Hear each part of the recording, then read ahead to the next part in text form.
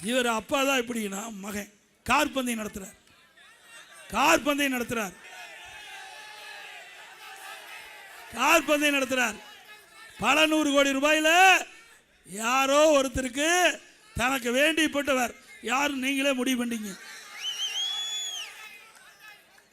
அவருக்கு சென்னை மாநகர மத்திய பகுதியில் கார் பந்தயம் 100 கோடி பல 100 கோடி மதிப்பில் நடத்தி அரசாங்கத்துடைய பணத்தை ஊதாரித்தனமாக செலவு என்ற அரசாங்கம் மீண்டும் தொடர வேண்டுமா?